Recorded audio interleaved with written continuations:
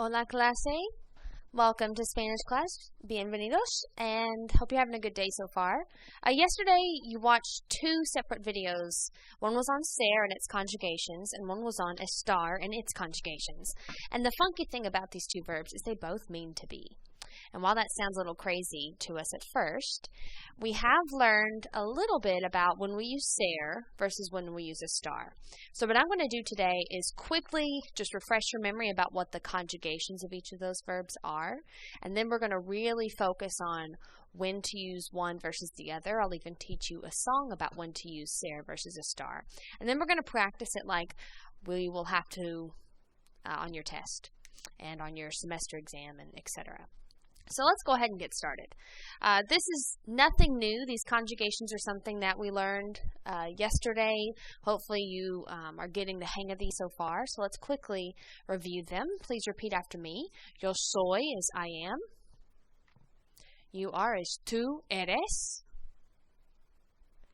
He is él es. She is ella es. And to say you are in the formal way is usted es. Good. We are is nosotros somos. They are is ellos son. And y'all are is ustedes son. Muy bien. So those conjugations are soy, eres, es, somos, son. If y'all got a chance to type in that video that has the song for that, it goes soy, eres, es, somos, son, soy, eres, es, somos, son. It's one that'll definitely get stuck in your head. So if you haven't watched that yet, definitely take some time to watch that like 10-second video at home. It's linked on our ser video. So let's now review our estar conjugations, which mean the exact same thing. So I am can also be translated into yo estoy. Repitan, yo estoy. You are is tú estás. He is él está. She is ella está. And then to say you are in the formal sense would be usted está. We are is nosotros estamos. They are is ellos están. And y'all are is ustedes están. So what we have underlined are our estar conjugations. Estoy, estás, está, estamos, están. Once you have those memorized where you can use them, you will start using them. But first you have to wonder, well, why in the world are there two ways to say the same thing in Spanish? And how do I know when to use one versus the other? While that does sound a little crazy, in English, sometimes saying just one verb for to be can be a little confusing. For example, in Spanish, there's the word aburrido. Aburrido can mean bored or it can mean boring. And the only way to tell the difference is which verb is being used. If I say yo soy aburrida, it means something very different than yo estoy aburrida. So let's talk about the general differences. Ser is used to talk about more permanent things. Your origin, where you're from, that never changes. Even if you move 50,000 times, your origin's always the same. Your characteristics, these are things that define who you are. They're not something that changes day to day. They can be physical traits, like I am short. They can be personality traits, like you are funny. And they can also talk about your profession. Now, while a profession might change within your lifetime, it's not always permanent. It's more permanent than things that would change day to day. So I say ser is used for more permanent things. That's why when I say yo soy aburrida, if I use the word aburrida with the verb soy, I'm saying that that's a permanent characteristic. I'm saying I am a boring person. I am boring. Yo soy aburrida. Now if I change that and use estar, yo estoy aburrida, that means something very different. Because estar is used to talk about more changeable things. For example, your location. If you are a quote-unquote normal person, your location changes at least a couple times throughout the day. For example, this morning you were at your house, but now you're at school. And maybe later you'll go somewhere else, to a friend's house or to the grocery store. So that's the location. Now this doesn't mean just people's location though. Location of a building, we use estar to talk about that. And buildings don't usually change location, so those really aren't permanent. The location of a city is the same thing. It doesn't change, but we still use estar. So, example, if someone asks me, where is Little Rock? They're asked, ¿Dónde estás? Little Rock. Where is Little Rock located? And I would say Little Rock está in Arkansas. It is in Arkansas. All right. Estar is also used to talk about emotion or feelings, current states of being, which can be anything from how you feel to how you physically feel, like if you are sick, if you are tired, or if you're happy or sad. So think about that. If I say, yo estoy aburrida, what do you think I'm saying? It doesn't mean I am a boring person. It means I'm feeling bored right now. So yo soy aburrida is I'm boring. Yo estoy aburrida means I am bored. So in Spanish, you can see there is a big difference between using one verb versus the other. It can help clarify what type of adjective you're using to describe certain people. And that's really why there are two separate verbs there. Can y'all see that? So let's go ahead and talk about a song that's going to help you. It's really a rhyme, una canción, and it goes like this. It goes, how you feel and where you are is when you use estar. What you're like and where you're from is when you use the other one. And the other one would be ser. So if we break that down, how you feel, those are our emotions. Where you are, that's our location, and that's what we use estar to talk about. What you're like, those are your permanent characteristics. And where you're from, that's your origin, is when you use the other one. So if you sing that out loud with me, you don't have to sing it super loud. I know you're in a classroom full of other students. But kind of hum it along with me and get that song so it's stuck in your head, and it's really, really, really going to help you on your future assessments. So I'm going to sing it again a couple times. How you feel and where you are is when you use estar.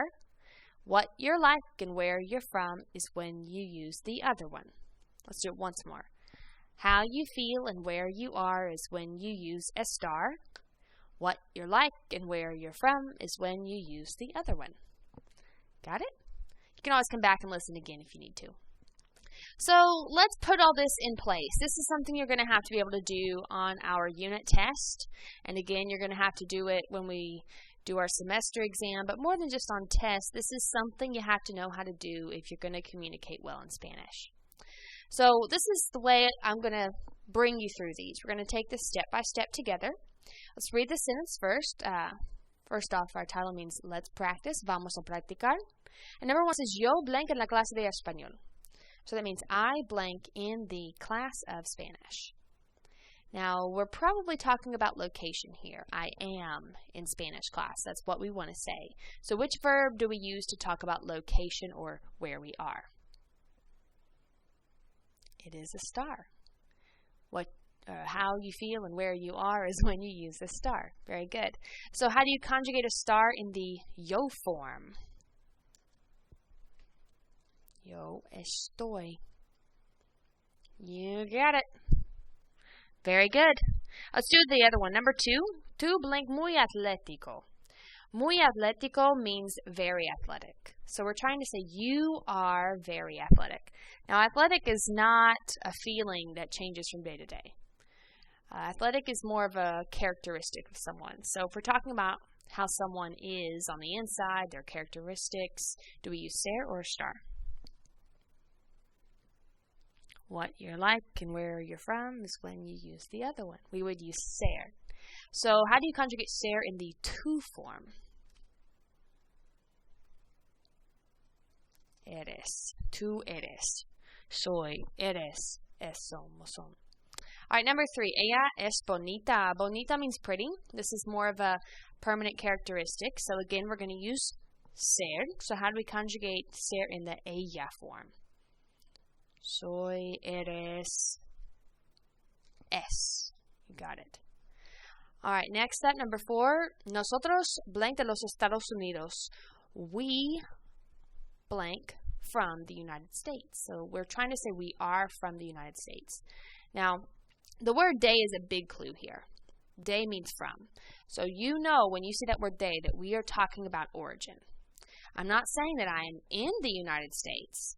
Like in number 1, we had the word in. I'm saying I'm from the United States. So now we're talking about origin. So are we going to use ser or estar? What you're like and where you're from is when you use the other one. So we're going to use ser. So how do you conjugate ser in the nosotros form? Somos. And if you've had to go back and look, that's okay. It's all right. We're going to do a lot more practicing after this. All right, number 5. Ustedes blank muy cansados. This sentence is supposed to say y'all are very tired. Now, tired is a state of being. Hopefully, that's not a permanent characteristic and you're a tired person. Hopefully, that's something you're just feeling at the moment.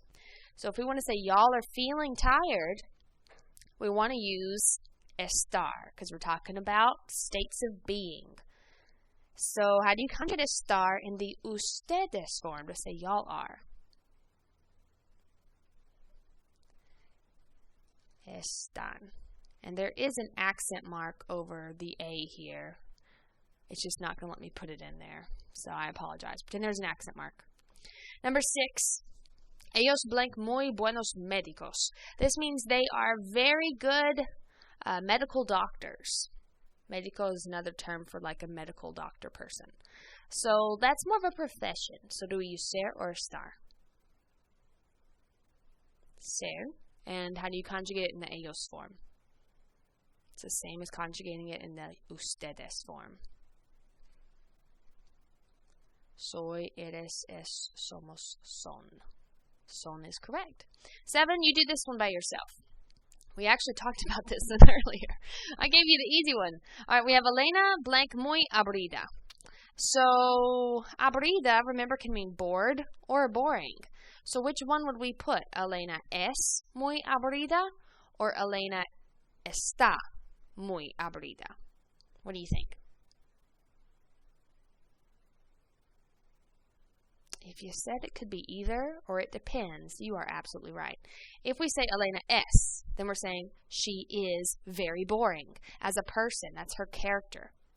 Or if we say está, and again there should be an accent over the A, I apologize. Then we're saying that she is bored at the moment. She feels bored. So it totally depends on what you're wanting to say about Elena, and that's why knowing when to use ser versus estar is so important. Thank you guys so much for sticking with me in these videos. I know there's been so many for this unit, especially this chapter, but hopefully now you should be prepared to go and practice and do your assessments, and email me if you have any questions whatsoever. Thanks so much.